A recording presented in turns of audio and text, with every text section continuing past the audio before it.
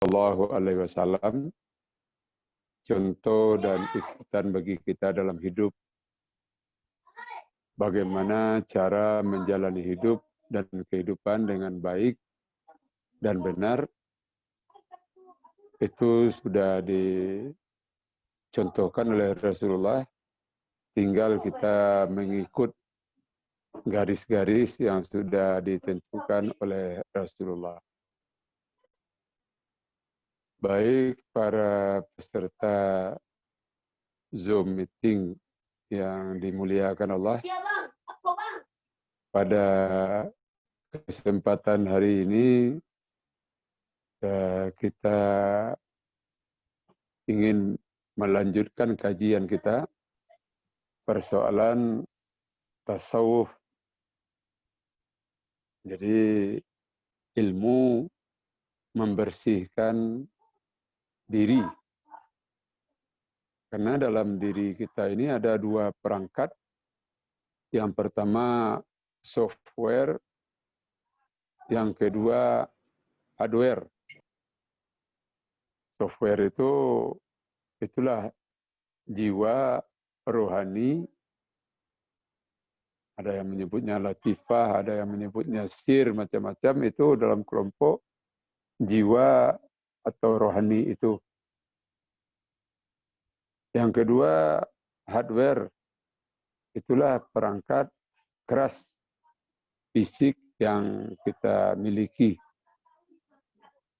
Kedua hal tersebut mesti kita rawat, kita jaga dengan seimbang. Artinya fisik kita jaga supaya sehat. Rohani kita jaga juga supaya sehat. Karena keduanya memiliki penyakit-penyakit khusus.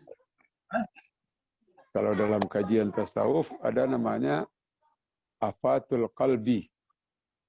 Penyakit-penyakit yang ada di dalam hati.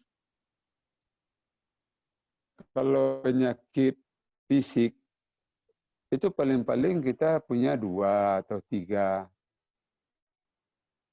Kalau sudah darah tinggi, tidak mungkin kita darah rendah. Mesti 1. Jantung. Kolesterol paling-paling 2 atau 3. Tapi kalau penyakit rohani, bisa kita miliki semuanya. Barangkali perlu kita absen penyakit rohani yang ada dalam jiwa kita itu. Kalau sombong, ada 1-0. Kemudian iri, ada 2-0. Kemudian ujub, ada 3-0. Dendam, ada 4-0. Kemudian apa lagi penyakitnya? Buruk sangka, ada. Bisa kita mengumpulkan penyakit itu jumlah banyak. Nah, ini perlu ada deteksi khusus bagi kita pribadi ketika kita ingin mengupgrading diri kita, meningkatkan diri kita menjadi seorang hamba Allah yang taat. Tentu kita lihat dulu apa kasus penyakit yang ada dalam diri kita. Bisa kita lihat tanda aja dulu. Kalau sakit fisik, biasa selera makan patah. Teh manis terasa pahit. Nasi tidak lalu, itu sakit fisik. Tetapi ketika rohani kita sakit, itu selera ibadah patah. Aku perlu kita latih dari kini. Ketika selera ibadah kita mulai patah, kelezatan beribadah tidak terasa di kita. Kelezatan salat tidak masuk ke dalam jiwa kita. Itu berarti jiwa kita sedang sakit barik. Orang lain menikmati dia asiknya munajat, berdialog dengan Allah. Suaranya membaca itu asik. Rabbi firli ya Allah, maafkan saya ya Allah. Warhamni, sayangi saya ya Allah. Itu dialognya itu begitu asik. Sehingga Nabi mengatakan, waja'altu qurrata aini fi salati. Aku menjadikan salat itu sebagai penyejuk jiwaku. Aku hati yang sehat. Coba para peserta kita rasakan yang ala tamat kuliah, ala umur sampai puluh, tapi tidak terasa bahwa lezatnya ibadah berarti something wrong kalau kecilnya keliru. Ada sesuatu yang keliru dalam diri gitu. Kok mati gitu dalam posisi mode itu na'udzubillah min zalik. Itu kelezatan ibadah. Itu berusaha berikhtiar bagaimana zikir kita menggetarkan jiwa. Kemudian bacaan Al-Quran kita menggetarkan jiwa. Seluruh ibadah-ibadah mahdah dan ibadah ghairu mahdah itu terasa bagi kita lezatnya. Menarik untuk kita renungkan. Setiap kewajiban apa yang ditetapkan oleh Allah, mesti di sana itu ada kelezatan. Tidak mungkin Allah menetapkan sesuatu kewajiban yang di sini tidak ada kelezatan. Mesti ada kelezatan. Kalau kita tidak bertemu kelezatan itu, berarti perangkat lunak gitu yang kanai. Itu yang menarik. Ambo sampaikan suatu kisah nyata. Ambo misi manasik haji di Bukit Tinggi. Dalam kajian tauhid, kajian ibadah. Balik jamaah haji itu di Makkah. Pas itu Ambo tanyaan, Pak, terasa haji Pak. Ambo berharap apa itu akan menjawab apa yang dipelajari di manasik itu terasa faedahnya tiba di Makkah, atau apa yang dipelajari di manasik terlalu tinggi mana tidak aplikatif. Mungkin seperti itu. Ada ilmu ku terlalu tinggi mana tidak ada terpakaikan. Tapi aneh jawaban apa itu yang Ambo sampai kini masih tidak nerimo jawaban itu. Apa jawabannya itu? Kalau mode itu rasa haji, Ustaz, beliau itu tidak terniat dan bawa mulang beliau dah. Coba bayangkan. Bagi orang yang pergi haji, tawaf wada terakhir saja itu sudah menangis meninggalkan Mekah itu, rindu ingin kembali ke Mekah, tapi bagi beliau tidak terasa. Kalau mode itu rasa haji, tidak terniat dan bawa mulang beliau dah. Berarti lezatnya ibadah haji tidak dia rasakan. Mungkin dari peserta Zoom pada malam hari ini, ada yang alun mencapai lezatnya zikir, lezatnya salat, lezatnya puasa sunat, lezatnya bangun tengah malam, lezatnya mengadu kepada Allah SWT. Berarti hati wak sedang sakit, barik, stadium mempek barangkali. Cok-cok salah mengikuti kajian tasawuf malam petang Jumat, malam Sabtu itu. InsyaAllah, berupa karak, kalau ada disiram-siram, dia ayat tadi, karak itu akan lunak. Itu penyakit hati.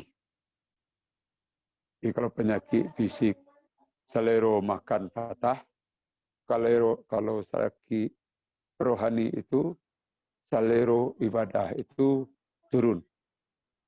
Itu untuk mengobati penyakit hati itu tidak bisa dibawa ke dokter. Tidak bisa. Dokter hanya bisa mengobati penyakit fisik. Kalau untuk penyakit hati itu, ya bawalah ke musaji. Nah, ubek lah. Hampir sama obat yang diberikan oleh dokter dengan obat hati yang diberikan oleh buya-buya, kia-kia, ya biasa sama. Kalau kita baru ke dokter, ke dokter. Istirahat.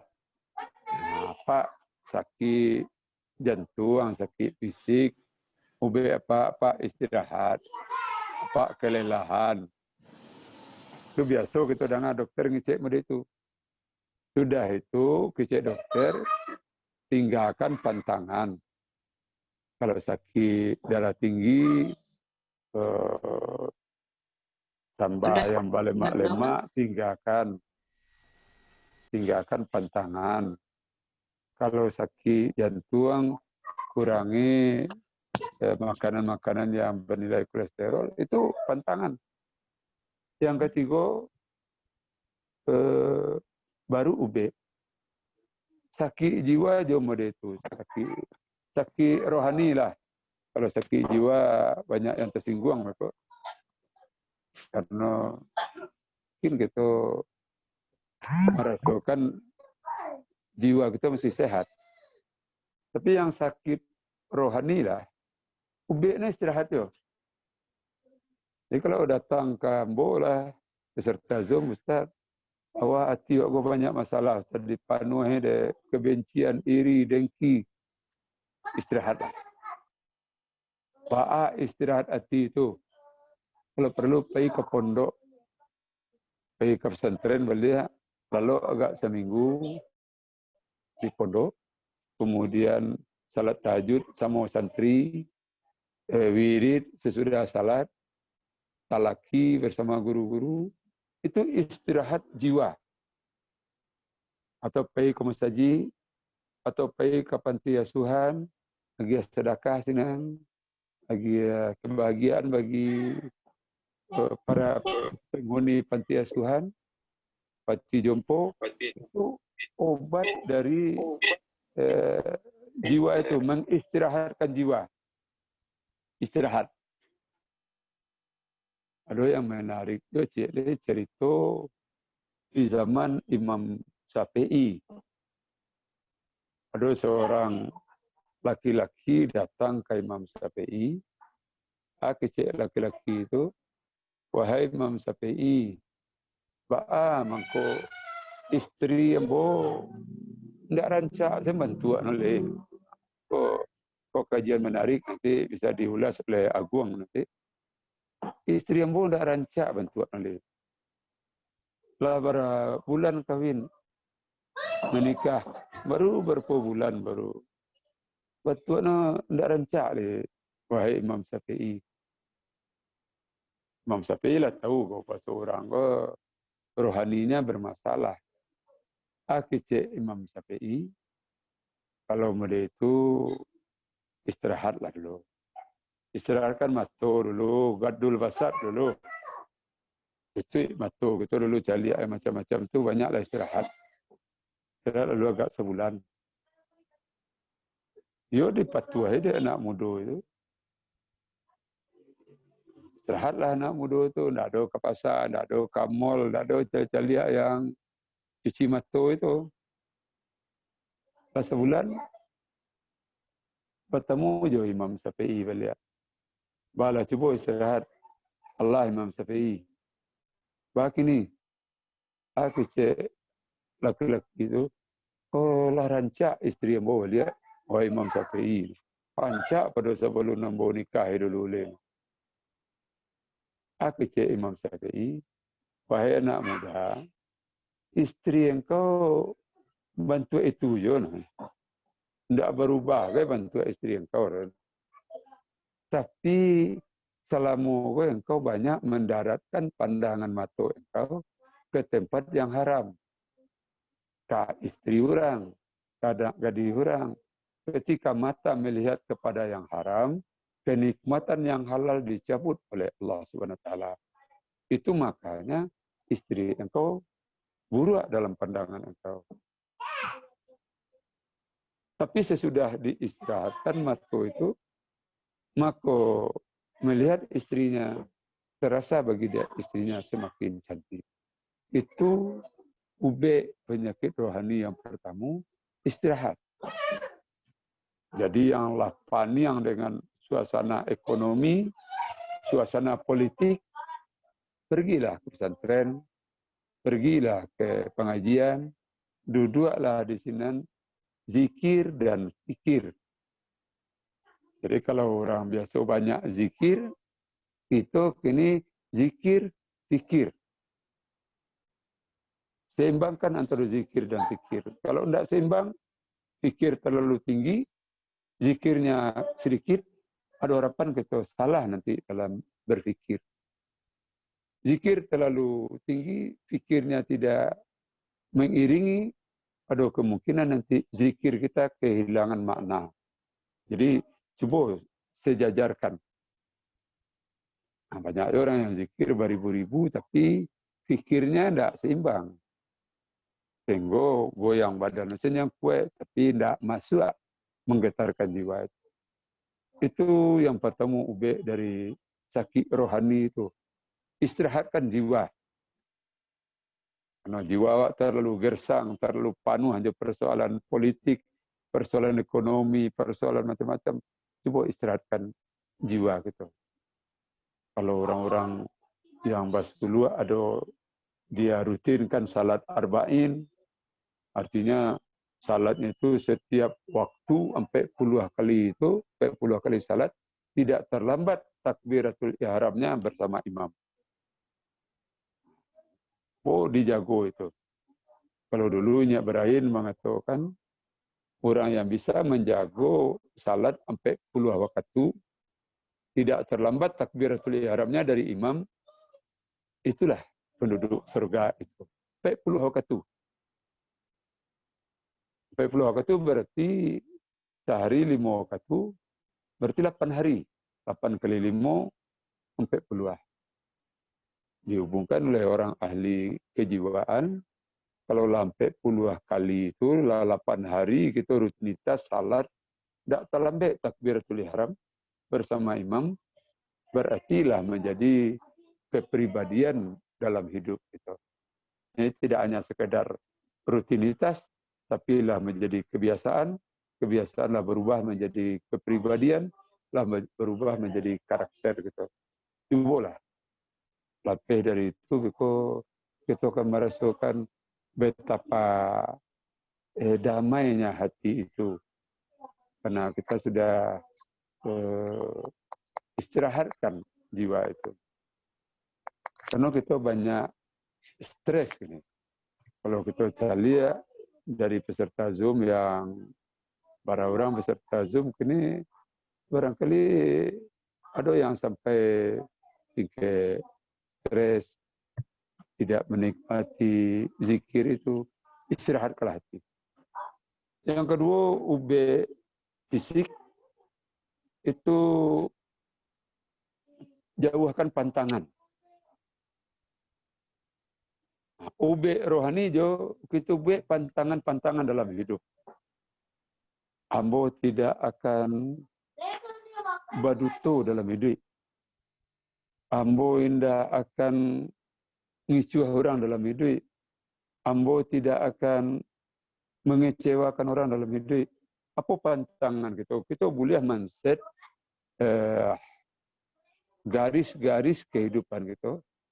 Ambo tidak niu itu. Jadi kalau orang yang tidak punya pagar-pagar kehidupan, tidak punya benteng-benteng dalam hidupnya itu serupa layang-layang putih. Ada yang tersangkut tunggal listrik, ada yang tersangkut di batang kayu, ada yang tersangkut di rumah orang. Tapi kalau memiliki pantangan itu mesti kita deklarasikan. Ambo tidak akan makan harta yang subhat dan yang haram subhat saja ambo tidak mau. Itu gue had-had, batasan-batasan dalam hidup itu, sehingga hidup itu memiliki arah. Jadi orang yang tidak punya pantangan, susah untuk memanage hatinya itu, melatih hatinya.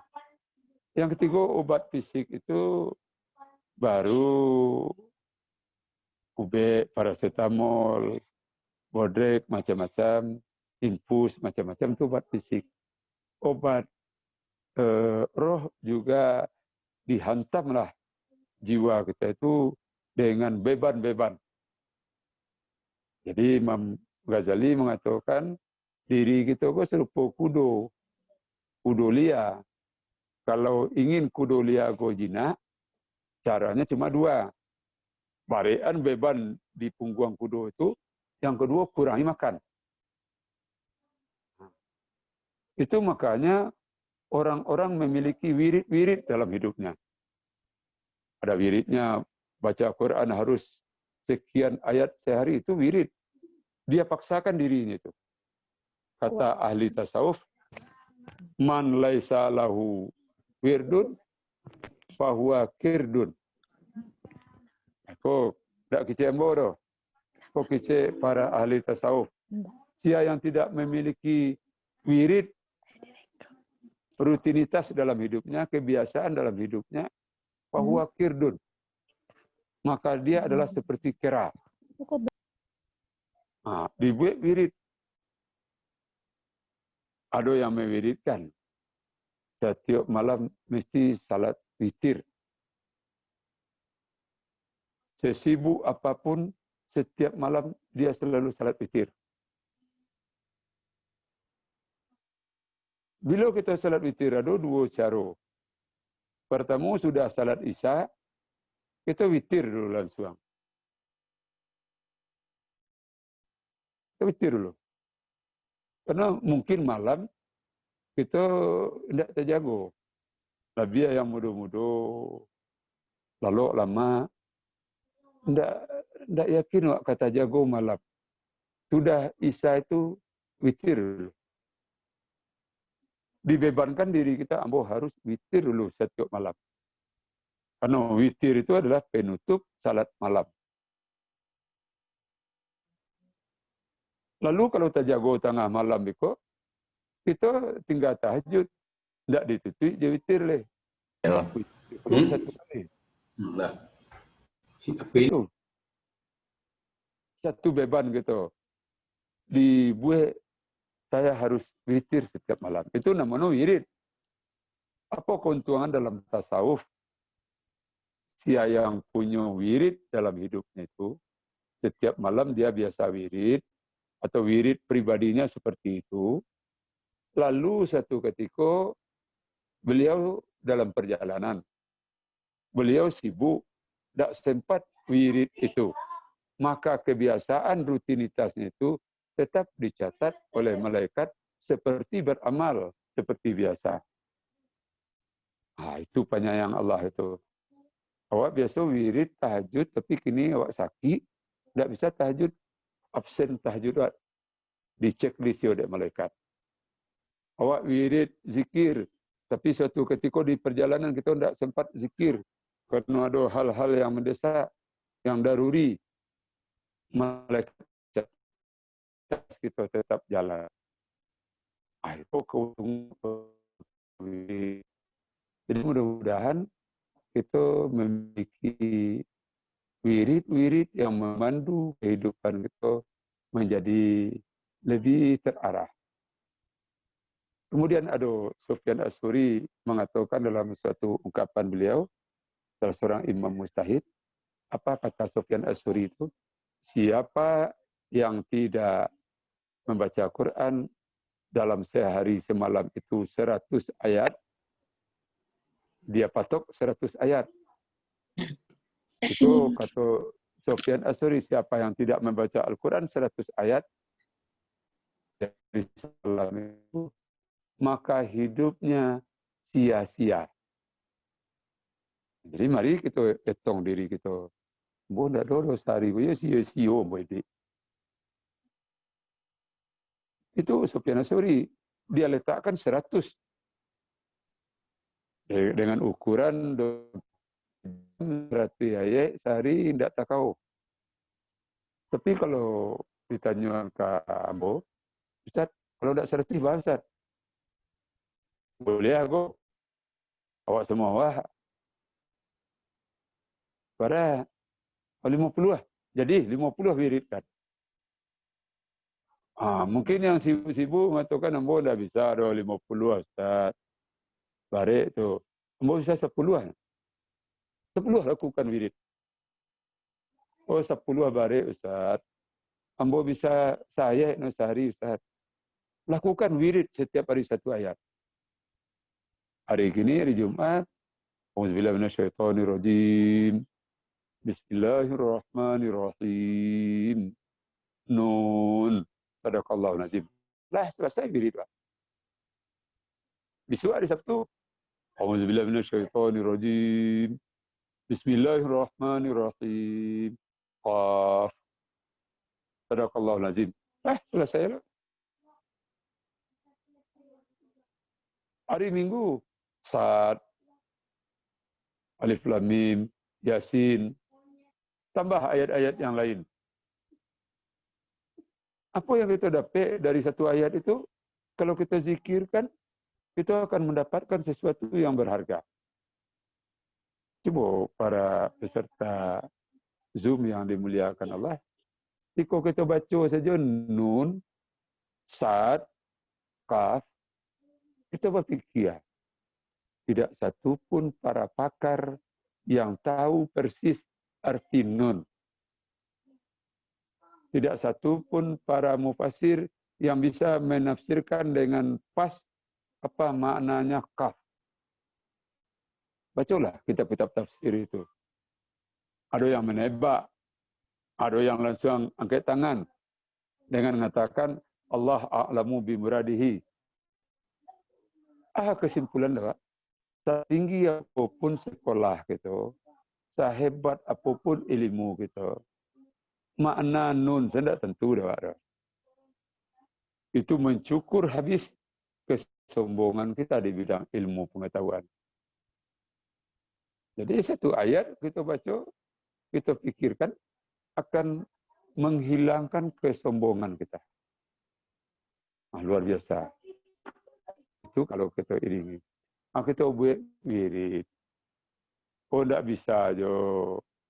Satu ayat tak bisa, dosa tak sempat. Ngaca Al-Quran setiap hari. Setiap hari mama cik sen, ngaca sen jadi.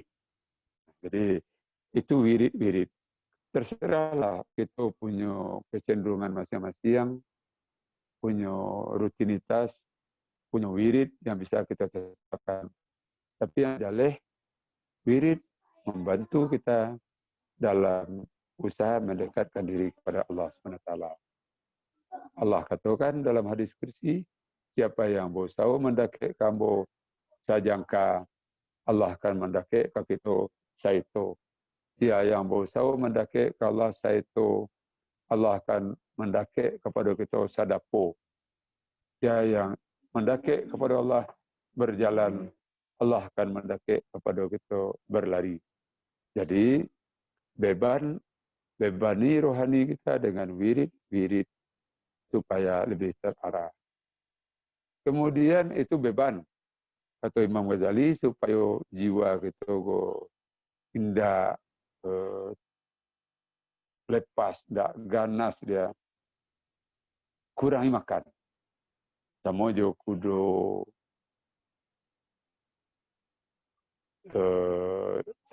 kudo liar tadi.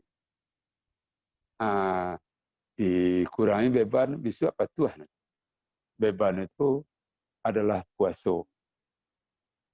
Kalau bisa puasa kita tidak puasa secara fikih saja, tapi kita puasa lah termasuk puasa tasawuf.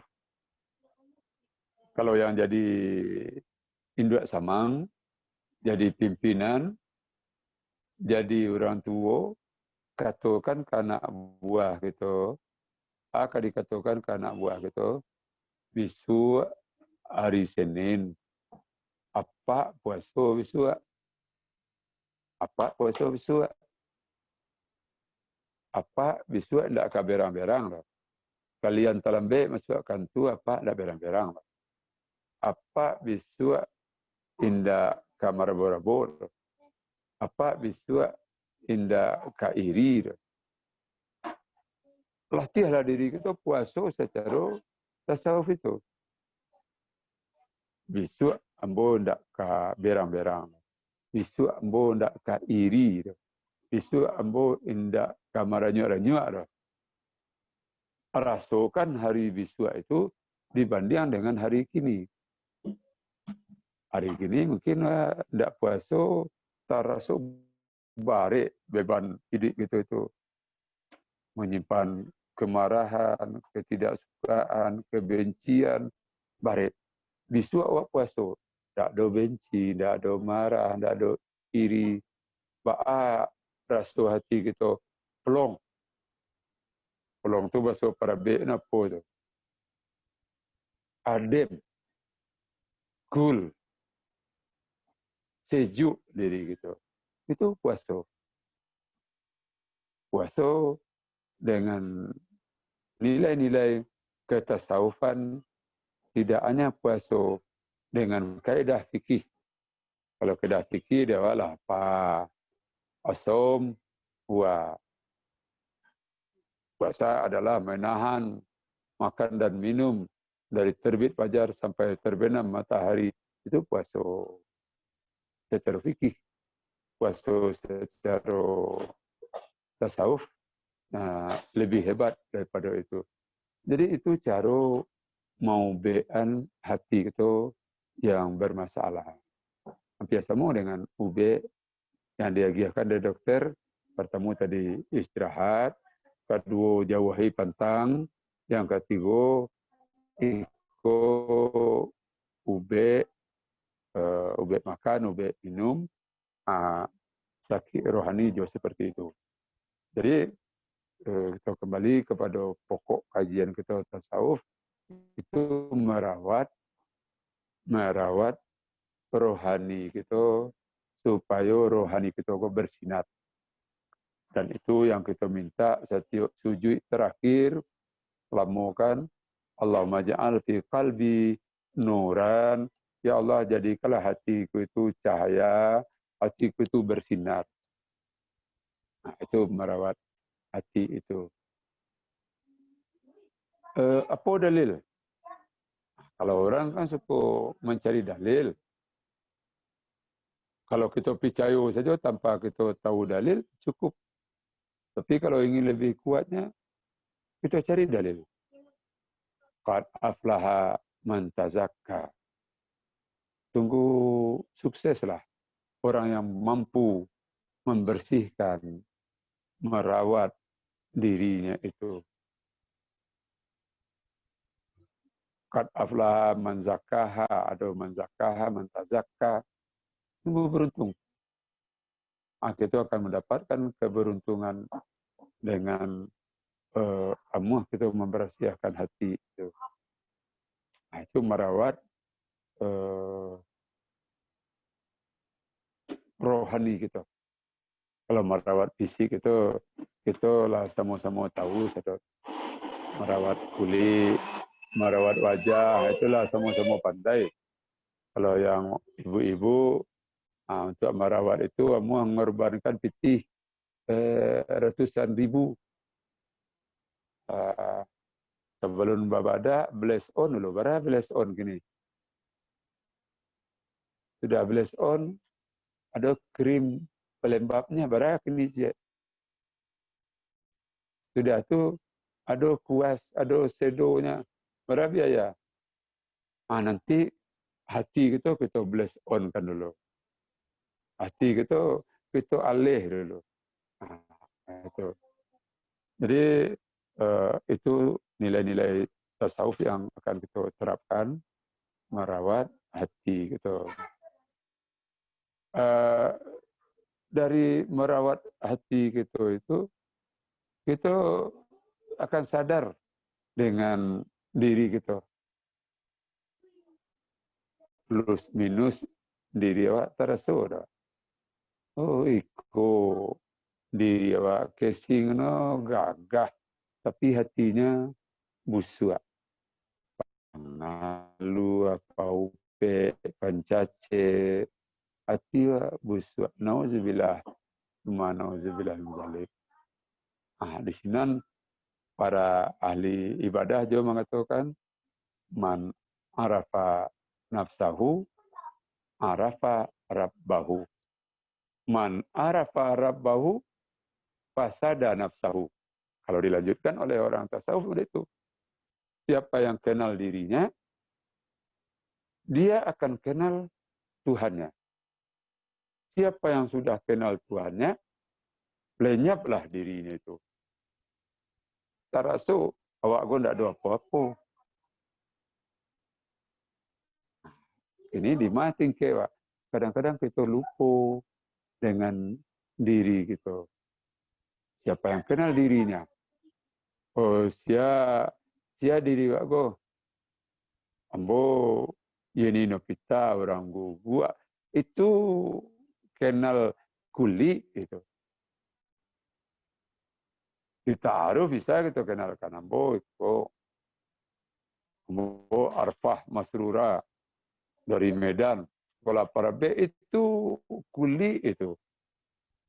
Itu kuli itu. Tapi sisi dalamnya itu harus kita kenal. Ada yang menarik, seorang syekh tasawuf, Pak Haji, dengan muridnya, ketika di Makkah mencari orang tawaf,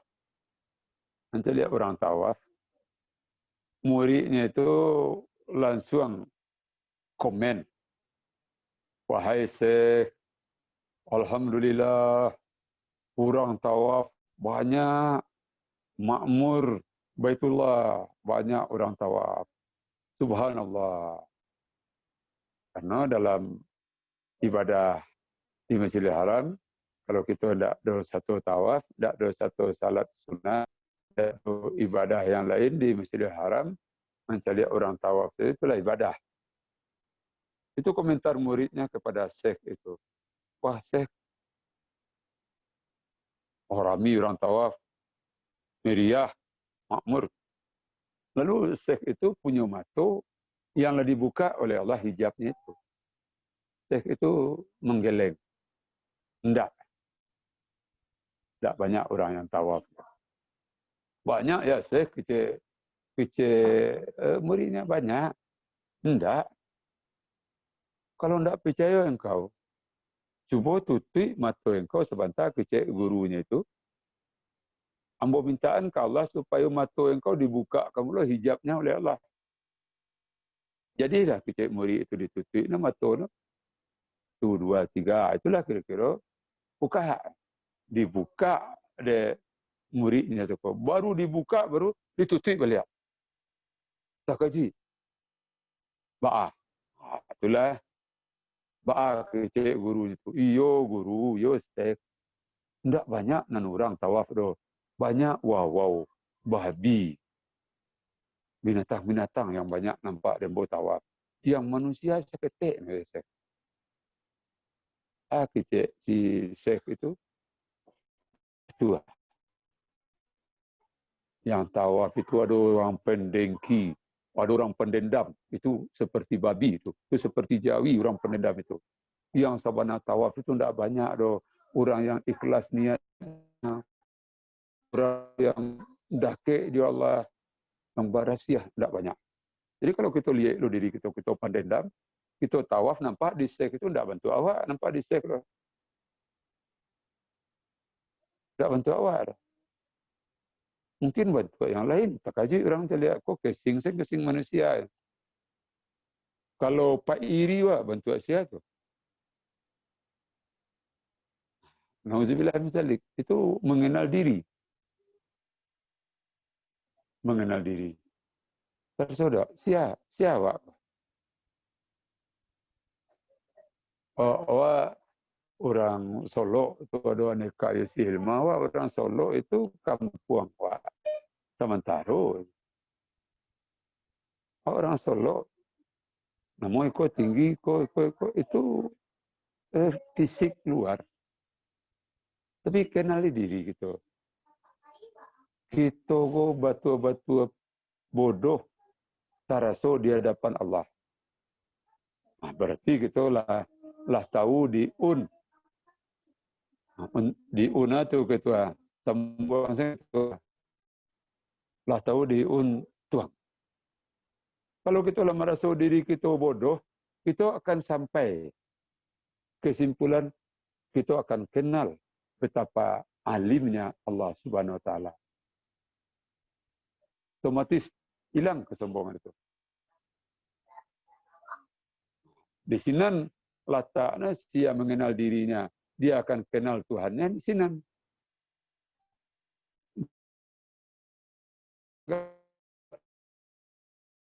Oh, di saya dan kampung orang rumah orang rebe. Itu diri luar kita. Sudah tuh ahli yang kita kenal. Kita kenal lemahnya diri kita. Kok keyakinan gitu. Manusia itu lemah. Kalau di Italia dulu dia 6A siapa yang baga. Kalau dibuka dia cerita lama di kelas 6A, 6B dulu siapa yang baga. Si Boy mana si Boy? Si Boy yang semua baraja jo bos pin kagaluang. Ayo. Semua baraja jo gindoaran ya. Siapa yang paling baga? Jo nyamuk kalah tak? Kalah gitu. Jo nyamuk kalah. Nauzubillah min zalik. Diri aku batu-batu lamah di hadapan Allah SWT. Awak kuat hanya disalangi di Allah Tanago. Awak jadi disalangi di Allah ilmu. Awak ada apa ilmu tu? Pandia. Gua moderator aguang. Barata lu aku tua guang sedono guang. Tak bisa menghitung. Iko Hilda Dewi yang nampak di layar Ustaz ini. Hilda Dewi bara caciang di dalam parui yang masih remaja. Tak tahu. Begitu bodoh caciang di parui awak gua. Bara yang menjantan, bara yang batino, bara yang remaja, bara yang lah kawin. Bara Hilda Dewi caciang di parui. Geleng salah. Tak tahu. Itu kebodohan kita. Allah tahu. Samui hitam berjalan di batu hitam tengah malam kalam. Allah tadanga tapak kaki samui itu. Allah tahu je samui itu. Man arafa nafsahu, arafa rabbahu. Di sini kenal dia Tuhan. Ujungnya, siapa kenal dengan Tuhannya, pas ada nafsahu. Lenyaplah dirinya. Tak ada awak pun tak ada. Yang ada Tuhan. Awak go bergantung ke Tuhan. Awak go butuh ke Tuhan. Pengaruhnya luar biasa. Para peserta Zoom, luar biasa pengaruhnya itu. Jadi, itu buah dari kita mengaji tasawuf, mengaji ibadah, maraso-rasokan. Maraso-rasokan. Jadi kalau bisa, ambo berharap peserta Zoom hari ini umur sampai puluh bara kini aku menjadi tangan saya go 40 bara aku 40 45 sampai 45. Kalau bisa dari segi tasawuf anak kelas Zoom kini usianya tidak 45. Dari segi tasawufnya usianya sudah 60. Jadi umur fisik umur fisik 45, umur mental wa ibadah wa umur tasawuf wa 60. Ambo sadiah kalau umur 45 tapi usia tasawufnya umur 20 aja baru. Nah, itu tabaliak. Itu namanya tabaliak edong. Kalau bisa umur tasawuf Pak, lebih tinggi daripada umur fisik Pak. Umur sehat awak lebih muda daripada umur fisik Pak. Jadi Nuruddin Utamanuang nampak dan bawa sekok. Kalau banyak manuang tu Nuruddin bisa sehatnya umur 60-an.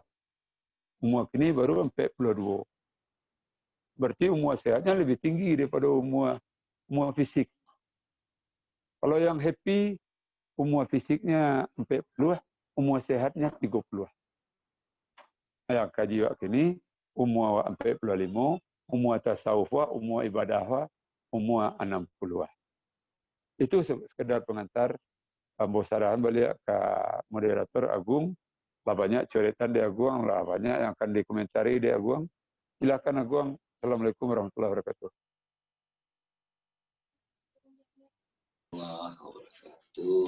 Ya, terima kasih Ustadz. Cukup banyak materi tasawuf